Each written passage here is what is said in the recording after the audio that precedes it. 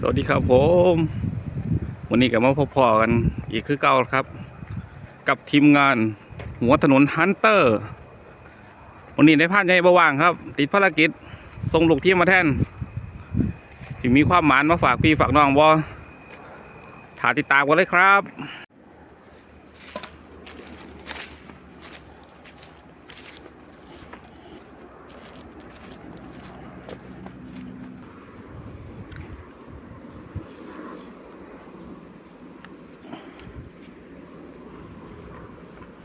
เข้าไม้แรกครับผม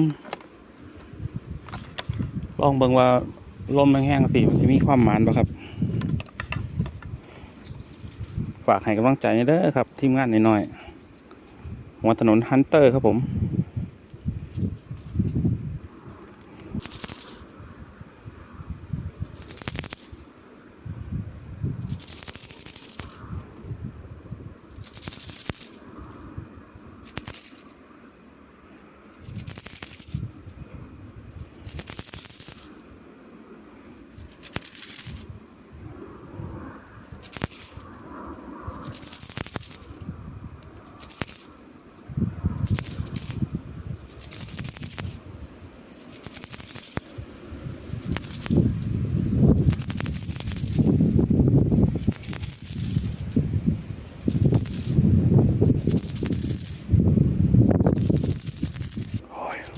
ลมแห้งครับพี่น้องเอ้ย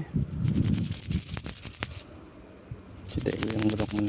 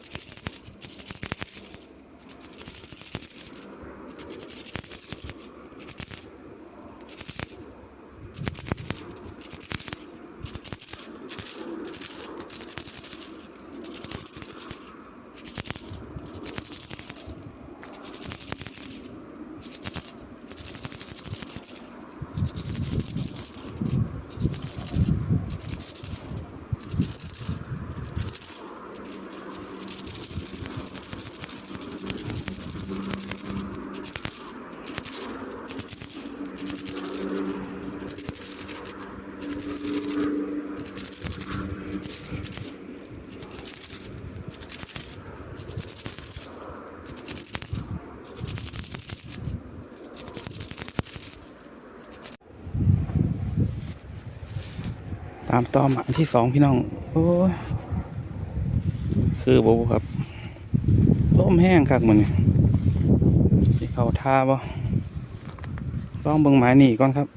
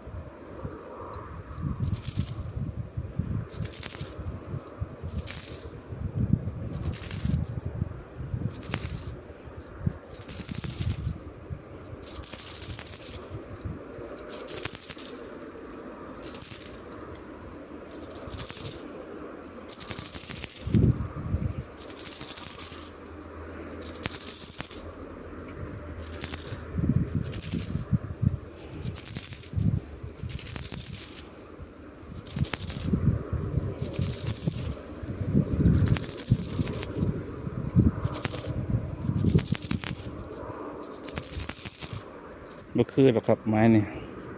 แอร์ไม้ไหมพามาชมจุดที่สามครับเบิ่งว่าสีมีความหมันเห็นบ่กับไม้ปลาผือ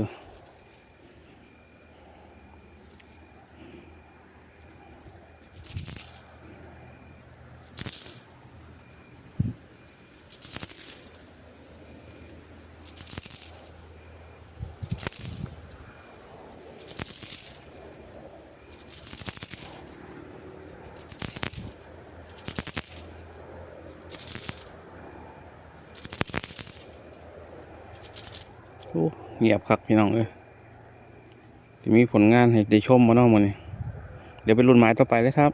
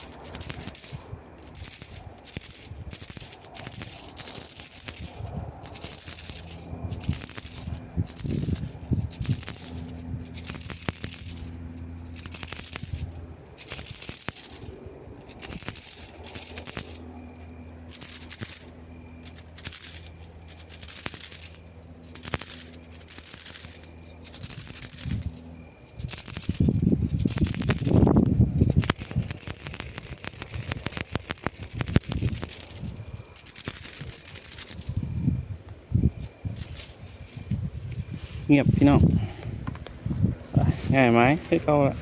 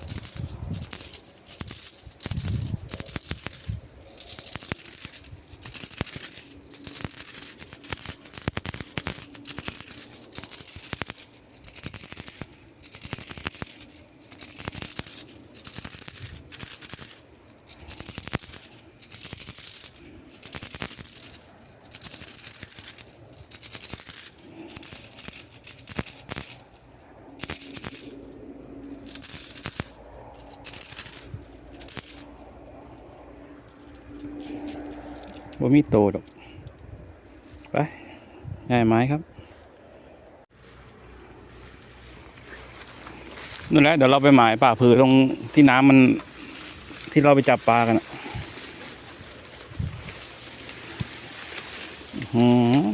อย่างลกนี่ป่าอเมซอนชัดๆ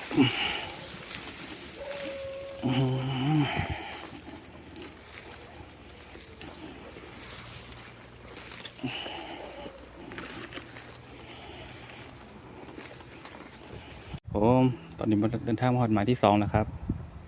ลองเบิ่งว่าสิมีหนูประมาณนี้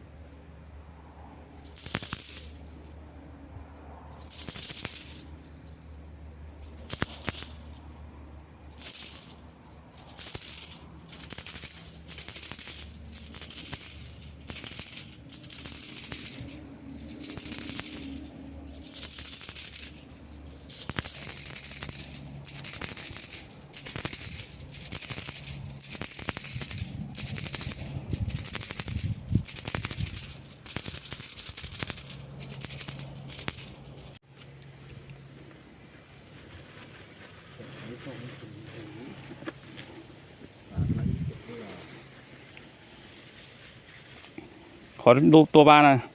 โอ้โหปลาหลุมครับ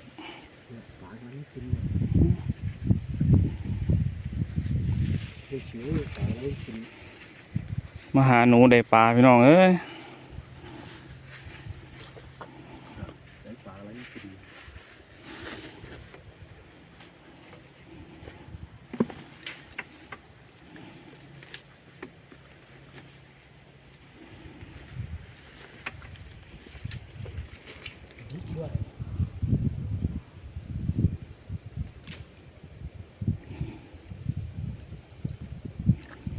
ยามหลุมพี่น้องยามหลุม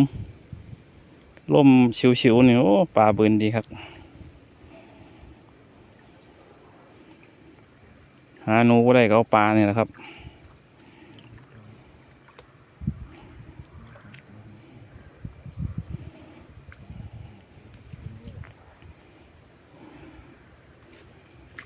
หลุมยาลงมานี่แก๊สมันเราไปขุดหลุมเนี่ย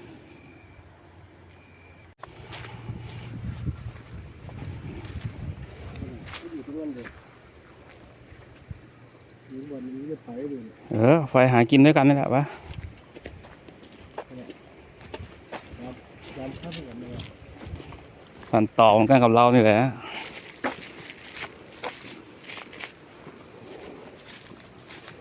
เปลี่ยนไม้ครับผมไม้แรกเนี่ยโอ้เงียบครับเขาเป็นพญเนตรวันนิ้มซิ่งเลยอะไม้แรกตอนนี้กำลังไล่ผลงานเพย์ไงวอยู่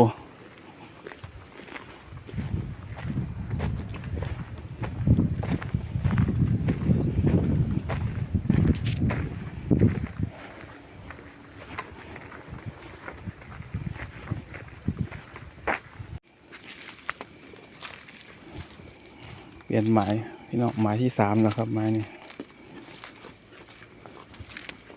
คือบ่ให้พี่ได้มาถ่ายแต่บรรยากาศให้พี่น้องเบิ่งติดตามต่อไปครับ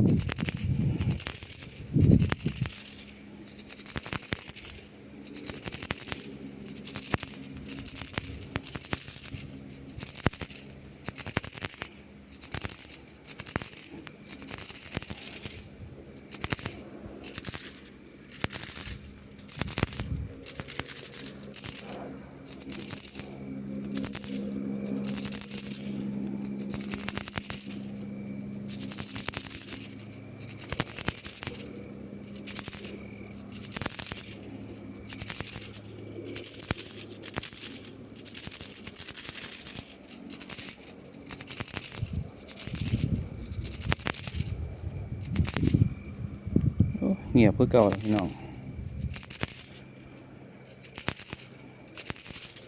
หาอยู่หากินกับแบบนี้นะครับ มันก็ต้องมีมือหมานมือบ่หมานมือได้มือบ่ได้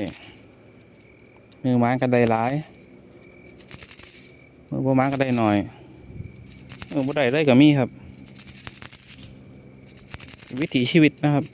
วิถีชีวิตชนบทบ้านเฮาอยากหากินตามธรรมชาติครับมันเป็นกิจกรรมที่ตำบลพ่อรุ่นแม่เพิ่นพาทำมา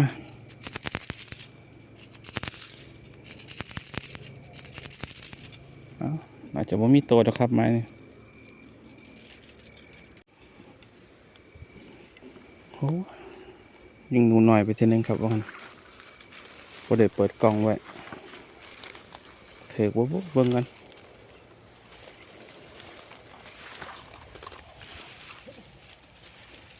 โอ้ถือกอยู่ครับเป็นหนูหน่อย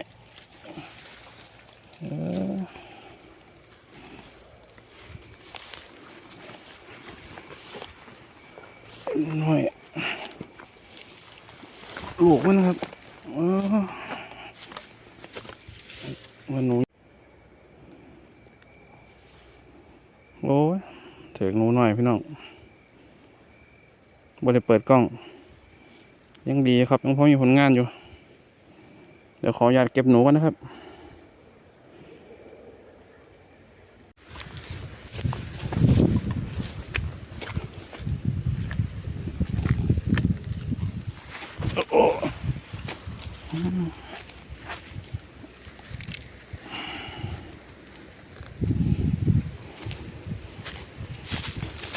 ตอนนี้ก็มา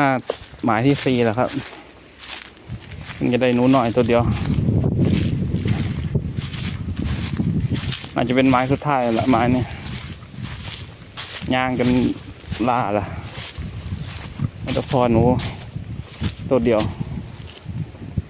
อาจจะบ่หมานนะครับมันเพิ่งจากอาการละลงเอาไม้นี่มีโตบ่ปล่อยลงไลฟ์ไม่ได้ดอกเพราะว่าสั้นต่อมันต้องใส่ความเงียบครับผมให้ทุกคนเบิ่งเพื่อนๆนะครับเบิ่งวิธีการนะครับว่าสั้นแบบได้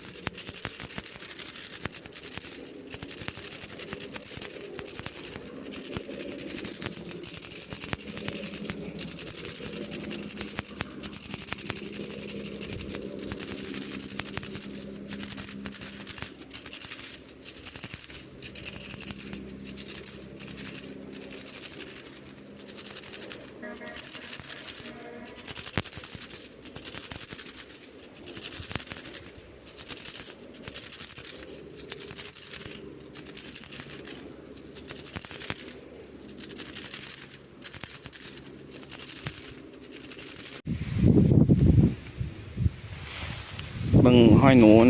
เอ็ดเข่าพี่น้องเอ้ยใหม่ๆ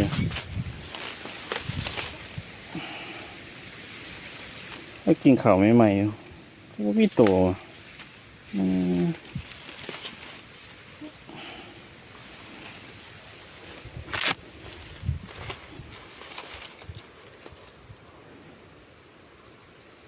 ไม่ดีมันมันรักที่เราดูเป็นย่างย่างตรงนี้ถือใหม่เลยเนี่ย ตรงไหน แล้วมันได้ตัวยังนี่ตรงนี้มันบอกมันได้มุมนี้เลยว่าหนูเป็นใหญ่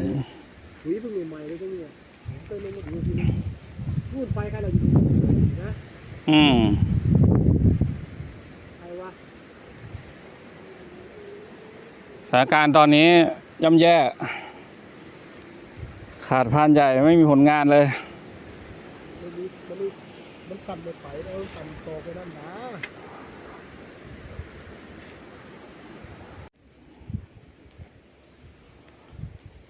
คลิปนี้ก็สิขอปิดคลิปแค่นี้แหล้วครับ เบิ่งจากอาการแล้วก็สินิ่มสิ่งจังได้ก็ฝากติดตามเลยนะครับ เดี๋ยวทริปหน้าที่มาถ่ายบรรยากาศในการออกหาอยู่หากินในเบิ่งใหม่สำหรับคลิปนี้ สวัสดีครับ